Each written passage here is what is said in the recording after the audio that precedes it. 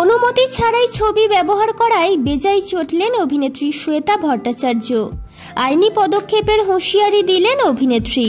এমনিতে তাকে দেখে বেশ শান্তশিষ্ট মনে হলেও প্রয়োজনে সে যে পর্দার শ্যামলীর মতোই গর্জে উঠতে পারেন তা বুঝিয়ে দিলেন কোন গোপনে মন ভেসেছে খ্যাত নায়িকা।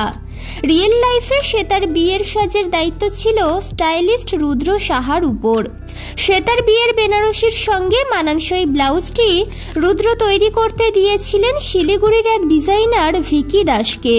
আর শ্বেতার সেই সাজের ছবি ব্যবহার করেই নাকি সেই ব্লাউজ দেদার বিকোচ্ছে এক বুটিক। শুধু তাই নয়, ব্লাউজটি ওই সংস্থার তৈরি করা এমনটাও দাবি করছেন তারা। এই খবর কানে পৌঁছতেই বেজায় চটেছেন অভিনেত্রী। একটি ভিডিও শেয়ার করে শ্বেতা বলেন, আমার বিয়ের ব্লাউজ বানিয়েছেন ভিকি দাস, তাই কোনো গুজবে কান দেবেন না।